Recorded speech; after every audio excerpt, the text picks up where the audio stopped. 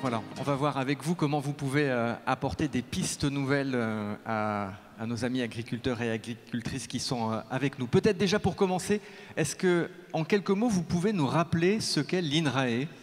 Alors INRAE, c'est le fruit de la fusion, comme l'a dit Philippe tout à l'heure. En fait, on s'appelait INRA. Il y a eu une fusion avec Kirstea, qui est l'ex-Semagref. Ça a donné INRAE, qui couvre le champ de l'agriculture, de l'alimentation et de l'environnement. J'ai la chance d'être directeur de tout le secteur agriculture, qui est un gros paquet de l'histoire. Et en fait, on a 3 missions. Comme tout organisme de recherche, on produit de la connaissance. Qu'est-ce qu'on ne sait pas aujourd'hui? Et en balayant un certain nombre de choses, on va voir qu'il y a beaucoup d'endroits où on est vraiment ignorant. Le deuxième élément, c'est qu'on doit contribuer à l'innovation. Donc on a une mission au travers de partenariats avec des entreprises, avec les chambres d'agriculture, avec les instituts techniques agricoles, de contribuer à l'innovation et à l'adoption de l'innovation. Donc comment on diffuse de la connaissance et on favorise l'émergence de leviers nouveaux. Et le troisième, qui est une vraie particularité d'INRAE dans le champ de tous les organismes de recherche, c'est qu'on a une mission explicite d'expertise et d'appui aux politiques publiques.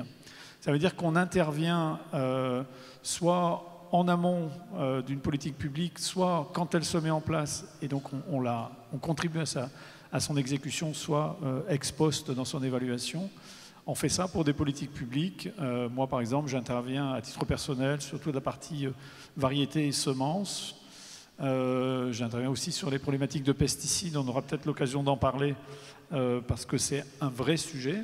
Et puis, ma direction intervient sur des choses aussi diverses que le bien-être animal ou la mise en place de la PAC, le plan stratégique national français qui vient d'être approuvé il y a quelques jours, en fait, était passé chez moi avant, quoi. Voilà. Donc c'est ça nos trois grandes missions. C'est une petite boutique on est 11 000.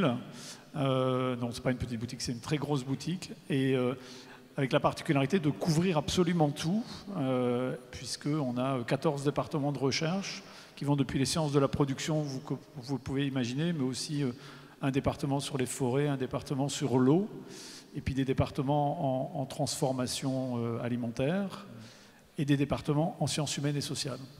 Comment est-ce que vous guidez votre réflexion? C'est-à-dire comment est-ce que vous tracez des pistes de réflexion et de recherche? Parce que vous avez des domaines très variés. C'est une bonne question. En fait, je vais rebondir sur un terme qu'a utilisé Philippe tout à l'heure, qui est parlé de transition. Et le gouvernement, en ce moment, parle beaucoup de transition. Et en fait, il y a une confusion qui est faite entre transition et mouvement.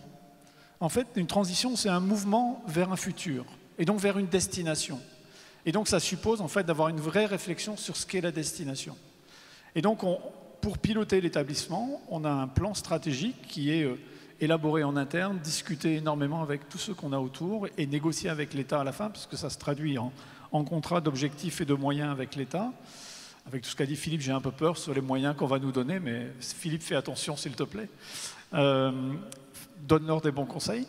Et donc, en gros, c'est d'élaborer un programme de recherche et un programme pour l'ensemble de l'Institut autour de vision pour demain. Et donc on a un plan stratégique qui est organisé autour de simplement 5 orientations scientifiques majeures qui, quand vous les lisez, faut pas lire vous devez lire les lignes et entre les lignes, et c'est sur 5 grands domaines. Comment on imagine que le monde sera en 2030, 2040, 2050. Et donc il y a des formes de processus qui repose énormément sur des analyses de prospective, qui analysent l'ensemble de la littérature mondiale. Vous n'imaginez pas le nombre de publications qui sont produites tous les ans. Nous, Institut, on en produit 5000 publications scientifiques annuelles et on fait 2,5% de la production scientifique mondiale. Donc vous voyez un peu le champ de tout ce qui est mis. Et tout ça, en fait, il y a beaucoup de publications qui sont du récurrent, et puis il y a des publications qui sont des pépites, et donc il faut aller trier là-dedans ce qui se fait. Donc c'est de la prospective, de l'analyse de la littérature, énormément de rencontres avec des professionnels comme vous, avec des responsables politiques, avec des ONG, et réussir à imaginer ce qui est un système vertueux. Je reviendrai après tout à l'heure quand j'aurai un peu plus de temps pour me laisser aller. Mais en fait, ce qui incarne la construction des visions, et ça rejoint un peu ce que disait Philippe, c'est en fait il y a des choses qui sont en tension entre des biens privés et des biens communs. Et la particularité, vous prenez le changement climatique, c'est un bien commun. La particularité des biens communs qui sont liés à l'agriculture, c'est qu'ils sont communs à la génération d'aujourd'hui et à la génération d'après. Et en fait, ça, c'est assez passionnant, je trouve, pour le monde agricole, et en tout cas pour moi en tant que responsable de l'établissement, c'est qu'en fait, ça nous confère une forme de, enfin une vision pour demain, mais une forme de responsabilité. Pas une culpabilité, hein, parce qu'en France, on mélange responsable et coupable, en fait. La responsabilité, c'est les décisions que je prends aujourd'hui vont peser sur ce qu'on va faire demain. Et on en parlait hier soir à une discussion absolument passionnante avec Michael Horsch. En fait, il y a, dans la réflexion de Horsch, moi j'aime beaucoup cette notion de responsabilité pour demain, parce qu'il y a des formes de projection, et en disant, bon, on va là-bas, et donc j'assume la responsabilité que je prends pour aller là-bas. Et donc dans la construction d'un, j'ai fait une longue digression, mais dans la construction d'un projet comme pour l'établissement comme INRAE, il y a ce temps très long, mais qui repose là-dessus. Et puis après, ben, c'est partagé avec tout le monde. Tout le monde n'est pas obligé de savoir tous les détails. Il y a une direction qui assume ses choix. Et puis, on y va. On y va. Vous connaissez très bien Philippe de Sertine. Vous travaillez parfois ensemble. Est-ce que vous le rejoignez sur le constat, alors on ne va pas parler de l'inflation, mais sur la deuxième partie et sur le nouveau monde agricole? Sur le constat, d'abord, c'est toujours très très difficile d'intervenir après Philippe. C'est un orateur absolument exceptionnel. Et puis en plus, avec tout ce qu'il a dit, j'ai failli partir pour utiliser mes quelques liquidités. Bon, en tant que fonctionnaire, il n'y en a pas beaucoup, donc ça va assez vite, mais quand même, il m'a fait un peu peur. Donc, mais bon, j'ai choisi de rester. Sur la première partie du constat, okay, puisqu'on est tous très marqués par à la fois le Covid, comme l'a dit Philippe, je suis complètement d'accord avec ce qu'il a dit, en fait, ça a montré qu'on avait une capacité énorme à bouger. Ceci dit, là où je ne suis pas tout à fait d'accord avec lui, c'est que le monde, il n'a pas tellement changé parce qu'en fait, très vite, les gens n'ont qu'une envie, c'est de revenir avant.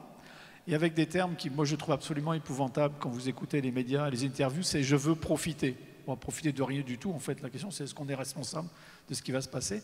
Et tout le monde n'a qu'une envie, c'est tout compte fait revenir au monde d'avant. Voilà. Mais bon, bref, tout compte fait, on a une capacité à s'adapter, mais on est tous très nostalgiques du monde d'hier. Mais sur le constat, on est marqué aussi par la crise ukrainienne.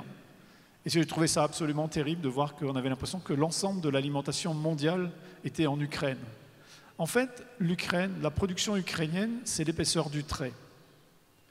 Pour vous donner quelques chiffres, la production totale de céréales en Ukraine, en moyenne sur les 10 dernières années, c'est 60 millions de tonnes, 40 millions de tonnes étant exportées.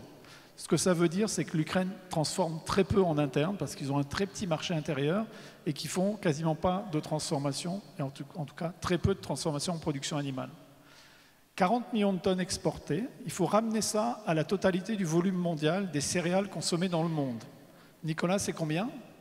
On va faire un jeu des 1000 euros, c'est combien? 800 millions. Oh là là, il a tout faux, 0 sur 20. C'est 2,7 milliards de tonnes. Donc en fait, on a fait des montagne de trucs pour 40 millions sur 2700 millions de tonnes. C'est rien en fait, c'est pour ça que je dis c'est l'épaisseur du trait. Ça ne veut pas dire que c'est sans intérêt, ça veut dire qu'il y a des pays qui se sont organisés autour de ça, et en toute logique, comme le transport, ce n'est pas quelque chose de simple, ben les pays qui sont les plus intéressés sont les pays qui sont en grande proximité, d'où l'Égypte que mentionnait Philippe. En passant, il y a un pays qui joue un rôle absolument remarquable en ce moment, qui est la Turquie, mais il faut savoir pourquoi. En fait, la Turquie est un petit pays céréalier, un très grand pays transformateur. En fait, ils font rentrer du grain, ils exportent des produits transformés. Ils créent de la valeur ajoutée en passant. Alors, je ne sais pas si c'est de la valeur, ça doit être de la valeur, je pense, au sens de Philippe. Donc, c'est assez logique, en fait, que les pays qui ont bougé comme ça, mais on est vraiment sur l'épaisseur du trait. Et donc, il faut réussir à garder la distance. On a fait tout un bazar sur le tournesol oléique. Tout le tournesol oléique est fait en Ukraine. Est-ce que vous savez pourquoi? Ben, c'est parce qu'en fait, les premières variétés de tournesol oléique, elles ont été inscrites en France. Et en fait, on n'a pas voulu les cultiver parce qu'il y avait 5% de rendement en moins. Donc, on fait du tournesol classique. Voilà. Erreur de choix, en fait. Voilà. Donc, il faut réussir à mettre de la bonne distance. Après, sur les problématiques de sécurité alimentaire mondiale, j'y reviendrai tout à l'heure. Il y a un élément sur lequel je ne suis pas complètement d'accord avec... il y a un élément sur lequel je ne suis pas complètement d'accord avec Philippe, et puis il y a un autre élément sur lequel je pense qu'il y a des éléments à discuter. Les éléments où il y a à discuter, je pense que la question de l'inflation, elle rejoint beaucoup la question environnementale, en ce sens où en fait l'inflation, si on ne la gère pas bien, on fait peser sur ceux d'après notre action d'aujourd'hui. Sur l'environnement, c'est exactement la même chose. On n'a pas le droit d'emprunter la terre à la génération d'après, au sens du petit prince, quoi. Voilà. Philippe, c'est notre petit prince. Mais cette question, en fait, encore une fois, de responsabilité vis-à-vis de la génération d'après est centrale. Alors, le point sur lequel je ne suis pas complètement en accord avec Philippe, mais on avait déjà eu l'occasion d'en discuter, hein, c'est la question des data. En fait, croire qu'une donnée, elle a beaucoup de valeur, les données agricoles, c'est un tas de plomb, en fait. Et en fait, c'est le traitement qui lui donne une vraie valeur, parce que la valeur qu'on tire de là, c'est la valeur de connaissance, c'est de la valeur de décision. Et en fait, cette question, elle est de savoir s'il faut que chaque agriculteur regarde ses données comme disant ma cassette, ma cassette, ma cassette, pour citer Molière, ou alors qu'en fait, on partage énormément cette chose-là pour générer une valeur. Et pour avoir écrit un opus qui aurait dû être publié au mois d'août, qui ne l'est toujours pas, mais ce n'est pas très grave, avec un avocat, on a fait tout un truc en disant, mais après tout, qu'est-ce qui se passe si on considère les données agricoles comme un bien commun? Qu'est-ce que ça génère? Et bon, on s'est lâché, après tout, on a le droit une fois de temps en temps, mais je pense que cette question-là, ça mérite débat, en fait. Et donc, ça revient en fait à créer une valeur soit individuelle, ce que Philippe disait, soit une valeur collective. Parce qu'il ne fait aucun doute que traiter l'information génère de la valeur. Ça, c'est une certitude. Mais ce point-là, pour moi, c'est une vraie question. Mais est-ce que la valeur, est-ce que les données possédées par les agriculteurs peuvent leur servir à communiquer justement sur leur nouvelle façon de travailler, ce qui permet en retour... C'est tout à fait autre chose, ce que vous dites là. C'est comment j'organise une traçabilité. Ah mais ouais, les tracés, c'est essentiel. Parce qu'en fait, la question qui est derrière ça, que ce soit des données environnementales ou tous les modes de production, c'est lié au fait que vous adressez à un client, consommateur, entreprise, qui doit vous acheter quelque chose. Et en fait, la difficulté qu'il a, c'est la symétrie d'information. Si vous lui dites « mon pain, il est très bon », bah après tout, si vous allez toujours chez le même boulanger, si vous avez un jour acheté un pain, la baguette est dégueulasse, vous changez de boulangerie. Si vous dites « oui, il a été produit tout avec il a une émission de gaz à effet de serre qui est très basse, et vous avez un consentement à payer là-dessus, ça suppose que vous soyez en mesure de le démontrer. Ça, c'est de la traçabilité. Ça n'a pas grand-chose à voir avec la data, l'accumulation de data telle qu'elle est souvent discutée, en disant, mais après tout, Amazon va utiliser mes data et va générer du chiffre d'affaires, et donc il faut qu'il me paye. Ce n'est pas tout à fait la même chose. La traçabilité est quelque chose d'essentiel, parce que c'est la base du consentement à payer, et la base du consentement à payer repose sur le fait que vous n'ayez pas d'asymétrie d'information. Bon, alors revenons maintenant sur les enjeux auxquels les agriculteurs doivent faire face. Est-ce qu'il n'y a pas des enjeux un peu contradictoires? Parce qu'on a bien compris que pour nourrir la planète, il fallait être au rendez-vous des rendements, c'est une obligation, et dans le même temps, une exigence de respect de l'environnement et d'être encore plus vertueux. Alors je sais que dans la demi-heure qui arrive, on ne trouvera pas de solution immédiate. Si, bon. Mais comment on peut répondre à cette double injonction? Alors, si vous me donnez une demi-heure, je vais me promener. J'ai le droit d'aller me promener? Je vous en prie. Alors, la différence de Philippe, c'est que moi, j'ai besoin de papier, en fait. Lui, c'est un orateur remarquable, moi pas. Les grands défis sont, ils ont déjà été abordés un tout petit peu. Ils sont dans trois grands champs, en fait. Deux qui sont dans le champ de l'environnement, un qui est dans le champ de ce qu'on pourrait mettre sous le terme sécurité alimentaire mondiale. C'est quelque chose qu'on utilise beaucoup, mais tout compte fait, on ne sait pas trop ce que ça veut dire. Alors, on a maintenant un ministère de l'Agriculture qui s'appelle ministère de l'Agriculture et de la Souveraineté alimentaire, ce que tout le monde a transformé très vite en disant le ministère de l'autosuffisance alimentaire, voire le ministère de l'autonomie alimentaire. Grave erreur. Qu'est-ce que veut dire la souveraineté alimentaire? En fait, un souverain, c'est quelqu'un qui a la capacité à décider seul. Et donc, la souveraineté alimentaire, c'est la capacité qu'a un pays comme la France de décider comment il va s'alimenter. Et donc, il y a des choses qu'on ne produira jamais sur le territoire national. On ne produira jamais de café et de cacao. Pourtant, ce matin, il y avait du café. Et donc, un État, il est souverain parce qu'il a une capacité à décider. Et effectivement, il y a dans le monde des pays qui ne sont pas souverains parce qu'à un moment donné, ils n'ont plus la capacité à décider, parce qu'ils n'ont plus la maîtrise de leur population, ils n'ont plus la maîtrise de leurs ressources, ils n'ont plus la maîtrise de leurs lois, enfin bref. Voilà. je suis assez inquiet en matière de souveraineté alimentaire de ce qui va se passer en Grande-Bretagne. Au Royaume-Uni, par exemple, avec ce qui se passe en ce moment, c'est alors, ils ne sont plus dans l'UE, mais c'est nos plus proches voisins, et avec lesquels on a une histoire commune, et ce qui se passe là-bas n'est pas du tout dans le bon sens. Parce que les 6% ou 6,5% ou 7% d'inflation qu'évoquait Philippe en Grande-Bretagne, ils sont plutôt plus près de 20% à la fin de cette année, et donc c'est assez un drame. Mais bon, bref, je reviens sur cette histoire de sécurité alimentaire mondiale. Donc en gros, qui est la capacité que l'on a à nourrir, et on a beaucoup, au cours de la crise ukrainienne, dit, tout compte fait, la vocation de la France, c'est d'exporter et de nourrir le monde. Il faut vraiment se poser cette question-là, et quelles sont toutes les facettes autour de ça. Le premier, c'est qu'effectivement, il y a des endroits, il y a des manques. Tous les pays n'ont pas la même capacité à produire, tous les pays n'ont pas la même population, et donc tous les pays ne sont pas logés du tout à la même enseigne. Et effectivement, sur l'exemple du Nigeria, c'est moins facile d'être au Nigeria que d'être ici, et il y a encore pire que le Nigeria. Vous pouvez être dans la bande sahélienne, c'est encore pire. Alors ça, c'est lié à des conditions pédoclimatiques. À des endroits, c'est d'autres conditions qui font que ça se passe moins bien. Quand vous êtes en Corée du Nord, par exemple, les conditions pédoclimatiques de la Corée du Nord sont plutôt pas inintéressantes. Et bizarrement, ça se passe pas bien quand même. Donc, il y a des différences. Et alors, si vous repartez, je ne vais pas parler de la Corée du Nord, mais la question, par exemple, de l'Afrique, qui est une vraie question africaine. En fait, si vous voulez contribuer à combler des pénuries. Au cours des dernières semaines, on a eu énormément souvent le mot pénurie dans la presse française. Je trouve que c'est une insulte par rapport aux pays où il y a une vraie pénurie. Si on a moins de pommes de terre, parce que les pommes de terre sont un peu plus petites, entre guillemets, ce n'est pas vraiment une pénurie quand même. Mais par rapport à ce qui se passe dans la zone africaine, une vraie question qu'on doit avoir, c'est est-ce qu'on doit exporter massivement là-bas, ou est-ce qu'on doit avoir des investissements structurels qui permettent à ces pays-là d'acquérir une capacité à produire davantage et avoir plus d'autonomie, sous réserve que leur stabilité politique soit suffisante. C'est cette question-là qui est en jeu, et en particulier dans tous les travaux qu'il y a eu sur ce qui s'appelle la Grande Muraille Verte, qui est une gigantesque zone qui traverse l'ensemble de l'Afrique depuis le Sénégal jusqu'à l'Éthiopie.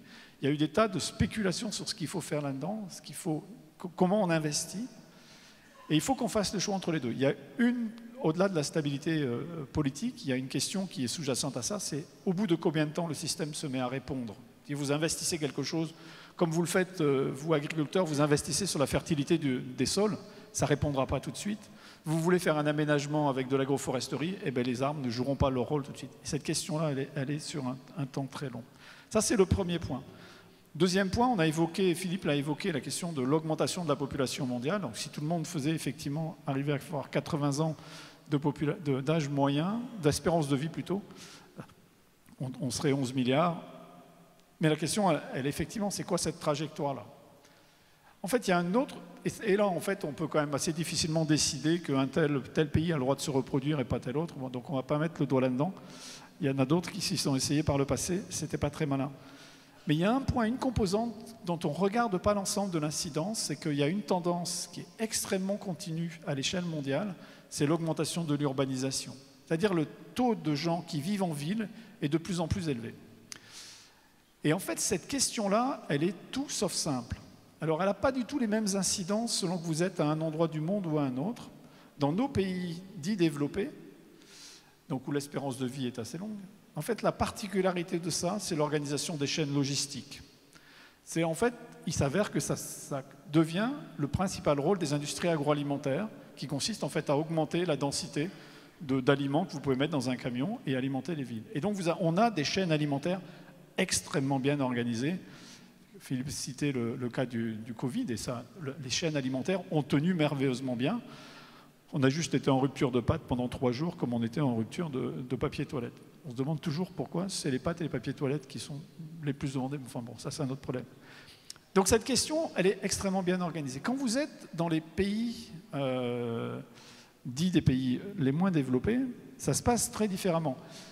Le Nigeria, la capitale, c'est Lagos, et toutes les spéculations montrent que la plus grande ville du monde en 2050 sera Lagos, avec des populations entre 25 et 50 millions d'habitants selon la taille de la ville que vous prenez. En fait, la question de l'alimentation, c'est un défi majeur que vous pouvez résoudre soit par des problèmes logistiques, soit par des organisations très très différentes.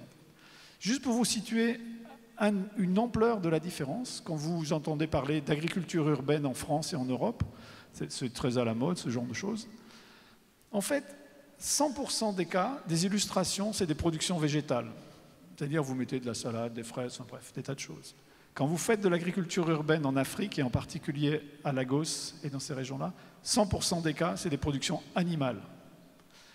Et c'est intéressant en fait de savoir pourquoi. Et en fait, la raison pour laquelle on fait ça en Afrique, c'est parce qu'en fait, ça permet d'avoir des aliments frais, facilement accessibles.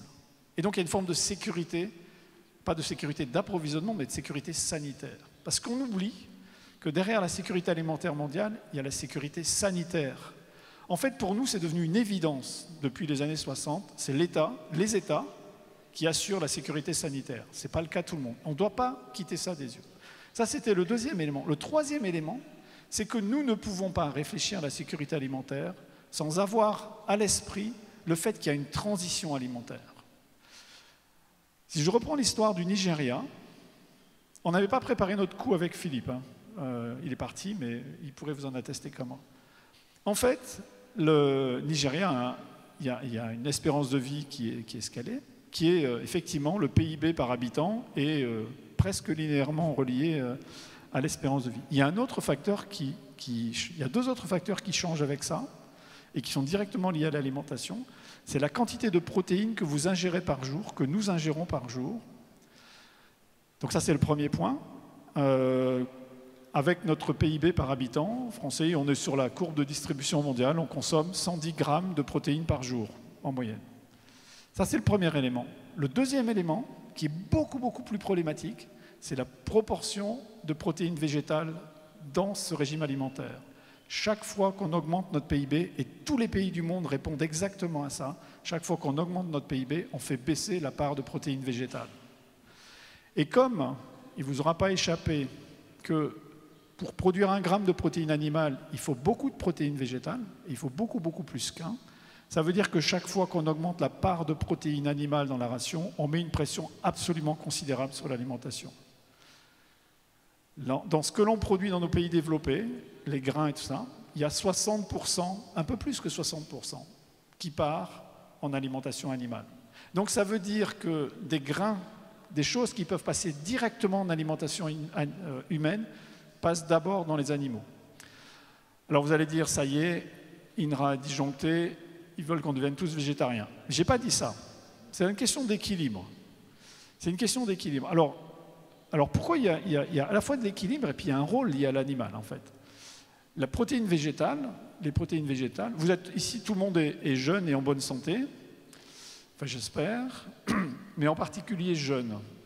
Et sauf, enfin, il peut y avoir des femmes enceintes dans la salle qui ont en fait un rôle assez différent, mais pour les hommes, on va dire entre 18 et 65 ans, comme ça je ne serai pas dedans, vous pouvez quasiment vous débrouiller avec que des protéines végétales. Parce qu'en fait, qu'est-ce qui se passe? C'est que la composition des protéines végétales en termes d'acides aminés n'est pas la même que celle des protéines animales, donc les nôtres. Et donc c'est pour ça qu'il y a deux stades de la vie où en fait il y a une pression absolument considérable sur les protéines. C'est quand il y a une croissance, donc l'enfant en croissance ou la femme enceinte, parce qu'il y a une croissance de formation en fait, de tissus nouveaux. Et donc il faut, l'être humain, on considère qu'on est un être supérieur, mais en fait physiologiquement on n'est pas très adapté à grand chose quand même.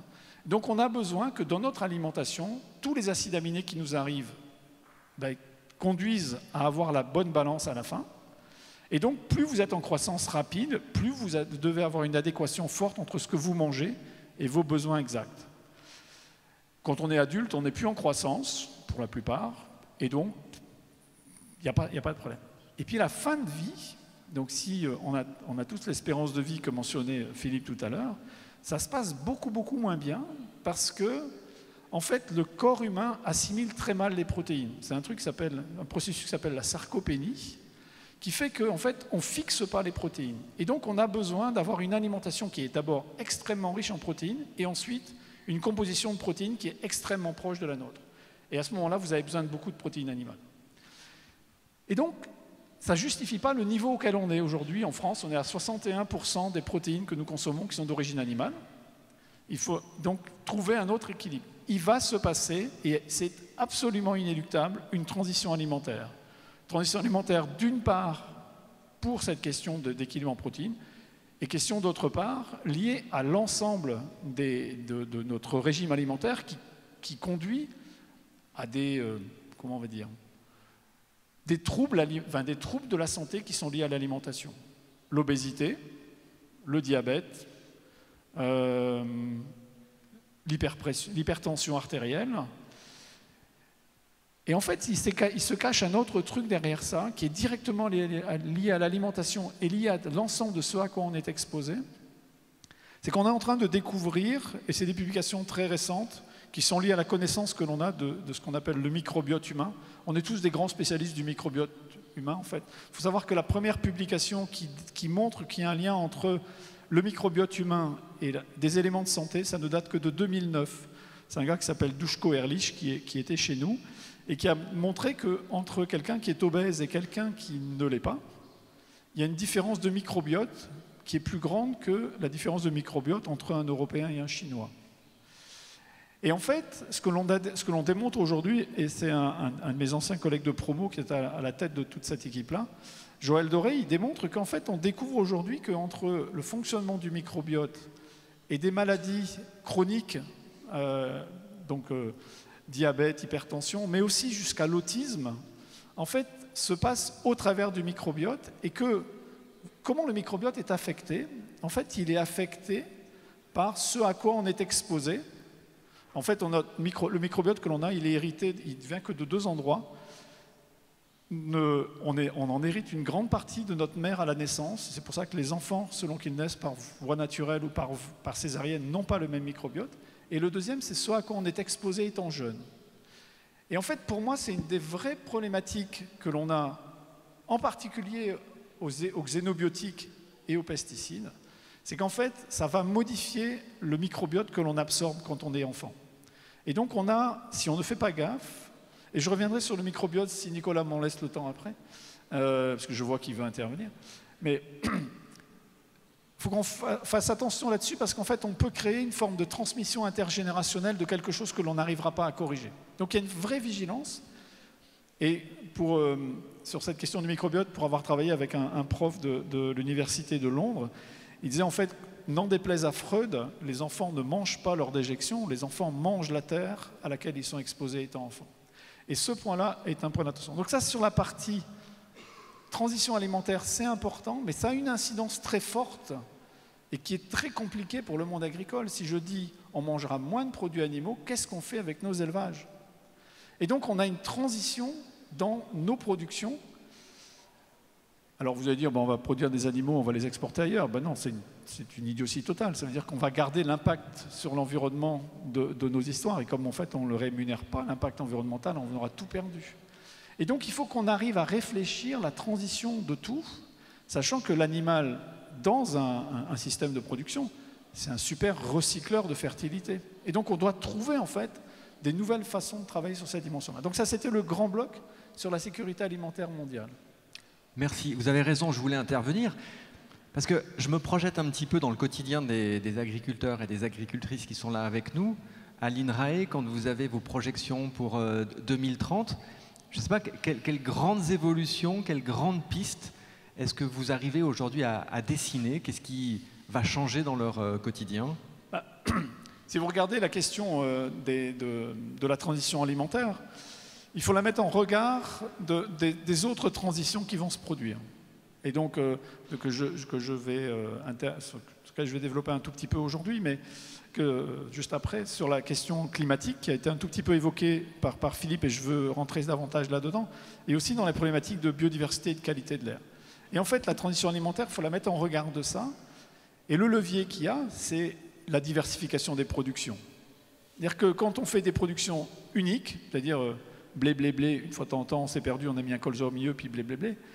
En fait, on est à la fois avoir un impact sur le milieu qui est absolument considérable et on ne répond pas à la transition alimentaire.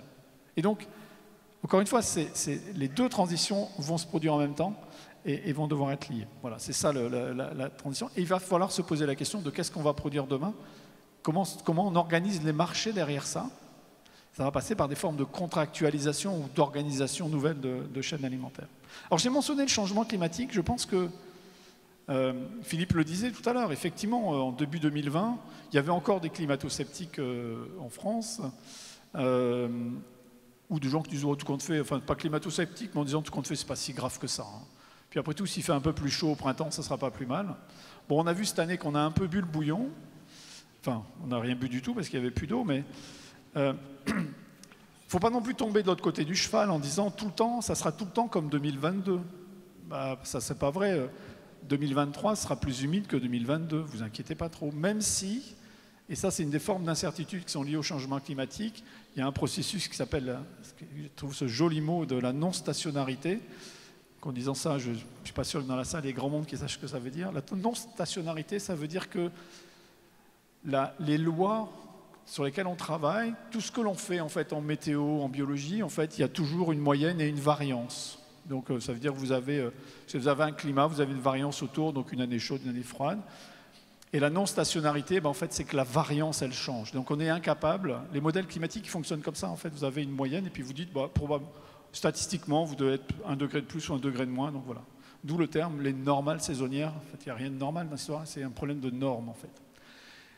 Et la question de la non-stationnarité, c'est que potentiellement, en fait, on peut ne pas du tout rester dans les mêmes variances après. Mais bon, sur le changement climatique, il y a 4 éléments.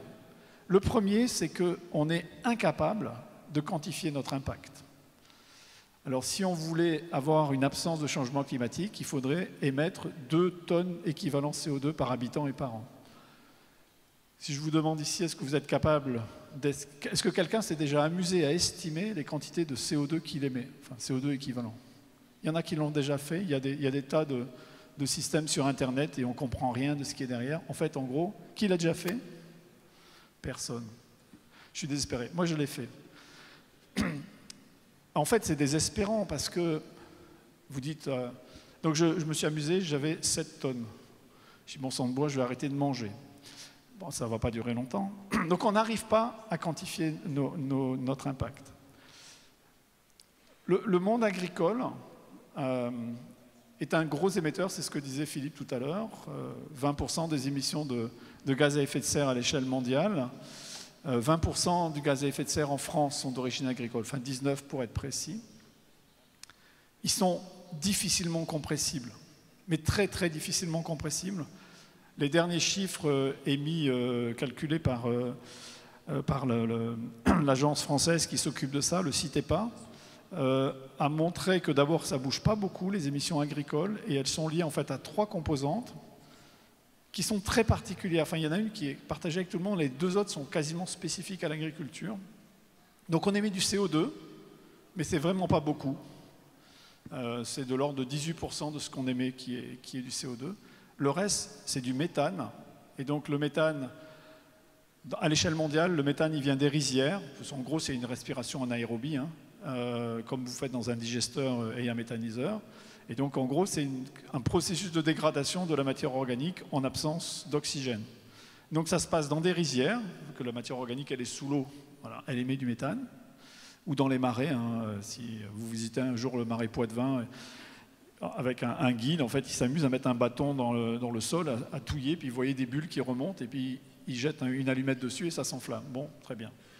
Donc ça, mais c'est pas grand-chose, et en France, les rizières, il n'y en a pas tant que ça.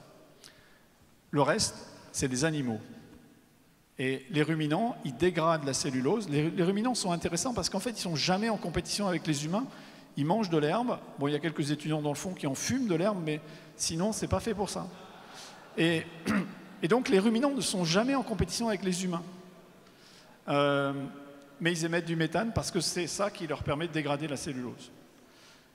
Et en fait, il y a très très peu de marge de manœuvre là-dessus. Il y a quasiment une relation linéaire entre l'activité d'un animal et ses émissions de méthane, ce qui a conduit en fait l'État australien et la Nouvelle-Zélande à mettre une pression absolument énorme sur les producteurs pour réduire les élevages. C'est ce qu'essaient de faire les Pays-Bas aussi, quoi. Premier élément, c'est ça. Deuxième gaz à effet de serre émis massivement par l'agriculture, c'est le protoxyde d'azote. chaque fois que nous apportons 1 kg d'azote au sol en tant que fertilisant, qu'il soit d'origine organique ou minérale, il y a un processus qui conduit à des émissions de protoxyde d'azote. Le mécanisme, c'est que l'engrais azoté ou un compost, c'est de l'azote. Il y en a plein l'air, hein, de l'azote, il y en a partout dans l'air, c'est 78% de l'atmosphère, mais c'est du N2, c'est-à-dire 2 molécules d'azote attachées par une triple liaison d'une stabilité totale. C'est pour ça que c'est un gaz pour lequel vous pouvez utiliser pour inerter quelque chose. Mais dans notre organisme, on a des protéines, c'est de l'azote, mais de l'azote dit réactif, et donc c'est N quelque chose. Nos protéines, c'est essentiellement du NH2. Et donc, vous avez un N qui est libre, et quand vous l'exposez à l'azote par un processus soit de réaction naturelle, soit de combustion, soit via des bactéries, vous avez une émission de N2O. Et ce gaz, ce protoxyde d'azote, que vous pouvez acheter comme gaz hilarant d'ailleurs, en passant, bon ça c'est un point de détail, c'est aussi pour les étudiants en fait. Non, ils sont sérieux. Oui, ils sont sérieux aussi, ouais. Le N2O a un pouvoir de réchauffement global qui est 300 fois celui du CO2. Donc pour vous donner l'ampleur du désastre, il y a un gars dont j'aime beaucoup les travaux qui s'appelle Gilles Billen, qui est prof à l'université Pierre et Marie Curie. Il y a une petite dizaine d'années, il a développé en fait une modélisation globale de tous les cycles mondiaux des protéines et de l'azote. Grand bazar. Et donc, pour faire fonctionner l'ensemble du système alimentaire, ce que je vais vous donner, c'est les chiffres de 2009, mais vous pouvez les transposer à aujourd'hui, c'est pas très différent. En fait, rentre dans les systèmes agricoles un certain nombre de quantités d'azote et il en sort des protéines qui sont destinées à l'alimentation de l'ensemble de la population mondiale. En 2009, l'ensemble des humains ont mangé 31,2 millions de tonnes d'azote sous forme de protéines. Bon, 31,2, 31 vous retenez. Pour faire tourner la machine, il rentre au début des fonctions agricoles à peu près 30 millions de tonnes d'azote sous forme de fixation symbiotique par les légumineuses, c'est une exception biologique absolument remarquable. À peu près 10 millions de tonnes qui tombent par les pluies, les dépôts atmosphériques. Quand vous avez des orages comme hier soir, en fait, il y a des dépôts atmosphériques de composés azotés derrière. Et puis des engrais azotés. À peu près 100 millions de tonnes en 2009. En 2020, c'était 118 millions de tonnes. Je vais garder les chiffres de 2009, parce que j'ai fait les calculs sur cela. Si vous regardez le protoxyde d'azote qui est émis à partir de tout le processus de fertilisation, de rebouclage des cycles, il y a, point de détail, 1,5 million de tonnes d'azote qui est perçu sous forme de protoxyde. En termes de pouvoir de réchauffement climatique, c'est 700 millions de tonnes de CO2 équivalent. La synthèse des engrais qui consomment, et on a dit qu'il y a un problème d'azote en Russie, il n'y a plus de gaz de Russie, donc il n'y a plus d'engrais. Donc tout le monde dit gaz égale CO2. La fabrication, ça ne produit que 60 millions, enfin 65 pour être précis, 65 millions de tonnes de CO2. Vous avez 65 qui sont utilisés en amont, 700 qui sont émis liés à l'utilisation. Dans le défi climatique, la question pour l'agriculture, c'est ça. Le méthane, mais le méthane, encore une fois, c'est compliqué. Le défi, il est là. Donc ça, c'était par rapport au changement climatique. Je suis désolé, je suis un peu long. Alors justement, oui, Christian, parce que là, vous parlez de défi climatique, mais moi, je veux vous parler de défi de temps. Parce que comme on a un autre intervenant derrière, il faut qu'on accélère un tout petit peu. Par rapport à Marc-André, en fait, je vais faire comme on fait tout le monde en ce moment. Il va compenser. Il va compenser, oui. On va compenser sur le déjeuner, mais on va éviter de déjeuner. Non, juste alors, je vous laisse pour terminer juste votre pensée. Effectivement, l'agriculture, elle doit s'adapter au changement climatique. Elle doit réduire ses émissions. Je pense que l'atténuation, on a beaucoup parlé d'atténuation via le stockage de carbone. C'est l'épaisseur du trait, objectivement. Et en plus, avec un certain danger, c'est que si vous stockez du carbone, il faut stocker du carbone dans le sol, il n'y a pas de doute là-dessus, mais pas tellement par rapport au changement climatique, mais c'est parce que c'est la base de la fertilité et de toutes les régulations biologiques que vous pouvez avoir derrière. Donc il faut faire attention, mais il faut l'utiliser quand même. Il faut réduire nos utilisations. Et puis il faut chercher à substituer. Si on veut lutter contre le changement climatique, il n'y a pas à tortiller, il faut arrêter de déstocker du carbone fossile. Il n'y a que ça qui joue. Et donc la substitution... Monsieur apprécie. Voilà. La substitution, c'est un petit peu de méthane, la méthanisation. C'est le solaire, en fait, qui est la grande solution. Juste pour vous donner des ordres de grandeur. On fait l'hypothèse, vous avez une voiture, enfin non, vous avez 1 hectare et vous voulez vous déplacer. Vous pouvez vous déplacer à cheval. Si vous avez 1 hectare, votre cheval, il fera à peu près 10 000 km dans l'année. Vous dites, c'est pas beaucoup, je veux bouger plus. Donc, vous avez votre hectare, vous dites, je vais faire un truc avec de l'éthanol. Vous faites du blé et des betteraves. Votre voiture fera 60 000 km. Oh, vous dites, je suis content, mais je voudrais aller plus loin. Vous dites, j'ai lu les travaux d'INRAE, on va faire du colza, du diester. Votre voiture, vous changez, vous mettez un diesel. Votre voiture fera 80 000 km. Vous dites, maintenant, on va être vraiment durable. Je vais faire du photovoltaïque. Vous changez de voiture. Vous ne prenez pas la Zoé, ça ne consomme rien, c'est une mobilette. Vous ne prenez pas la dernière grosse allemande qui consomme beaucoup quand même. Vous prenez un modèle moyen qui fait 17 kWh pour 100 km. Vous faites combien de kilomètres avec 1 hectare de panneaux photovoltaïques? C'est parce que quelqu'un a une idée? Quelqu'un a une idée? 50 000 ici? 150 000 ici. kilomètres. Vous faites 2 millions de kilomètres. En fait, c'est assez simple le pourquoi, en fait. C'est que la photosynthèse, quand vous faites du colza, c'est de la photosynthèse. La photosynthèse a une efficience qui est extrêmement basse. Et ce n'est pas ce qu'on lui a demandé. Hein. La photosynthèse, c'est un système qui a 1 milliard d'années qu'il est en place. C'est un système qui a eu comme fonction de passer à travers tous les orages possibles et imaginables. Et donc, on ne lui a pas demandé d'être efficace. On lui a demandé de tenir, d'être résiliente. Quand vous faites des panneaux photovoltaïques, l'efficience de la photosynthèse, c'est à peu près 2%. Et si en plus, après, vous faites du grain ou de l'huile, vous avez une efficience de conversion qui est très basse derrière. Quand vous faites des panneaux photovoltaïques, vous convertissez directement un photon en électron. Et aujourd'hui, on a des panneaux qui ont une efficience d'à peu près 22%. C'est ça qui fait la différence.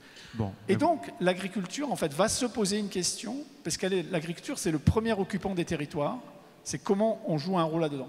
Là-dessus, il y a des panneaux photovoltaïques. Oui. C'est ça la vraie réflexion de demain. Bon, bah écoutez, vous avez bien fait d'aller jusqu'au bout de votre pensée et, voilà. et d'argumenter et de conclure. Merci beaucoup. Je voudrais... Ouais, c'est passionnant. On reste encore quelques instants ensemble parce que là, vous nous donnez une piste très intéressante. On avait envie de vous faire réagir sur quelques témoignages et notamment sur un sujet qui est le relais cropping. Alors, on est entre professionnels, donc vous connaissez certainement ce sujet. C'est une technique qui propose de produire et récolter 2 cultures la même année en les chevauchant. Et on est allé voir le CETA, le Centre d'études techniques agricoles de Remilly-sur-Seine, qui expérimente cette technique depuis 3 ans, une technique qui est hybride, originale. Et voilà leur témoignage, puis on en parle juste après.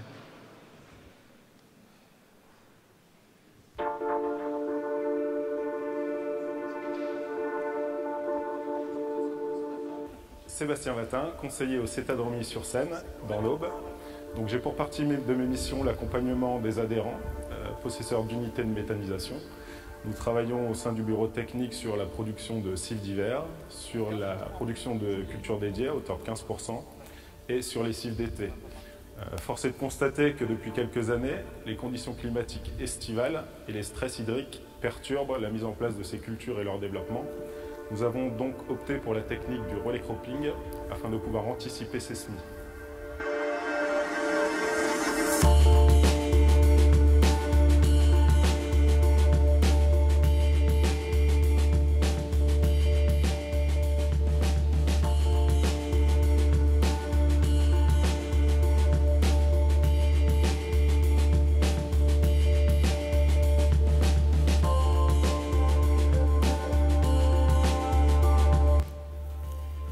Nous nous sommes retrouvés durant ces 3 années d'expérimentation à pas mal de problématiques, confrontés à pas mal de problématiques, qui généralement sont finalement imbriquées l'une dans l'autre.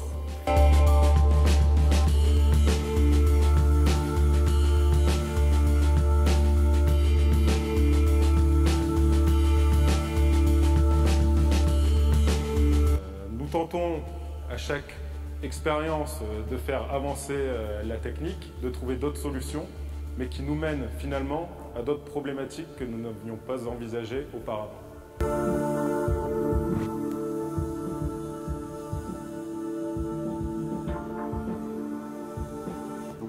qu'agriculteur expérimentateur depuis 3 ans la technique du relais cropping, on est convaincu qu'il y a encore des choses à améliorer.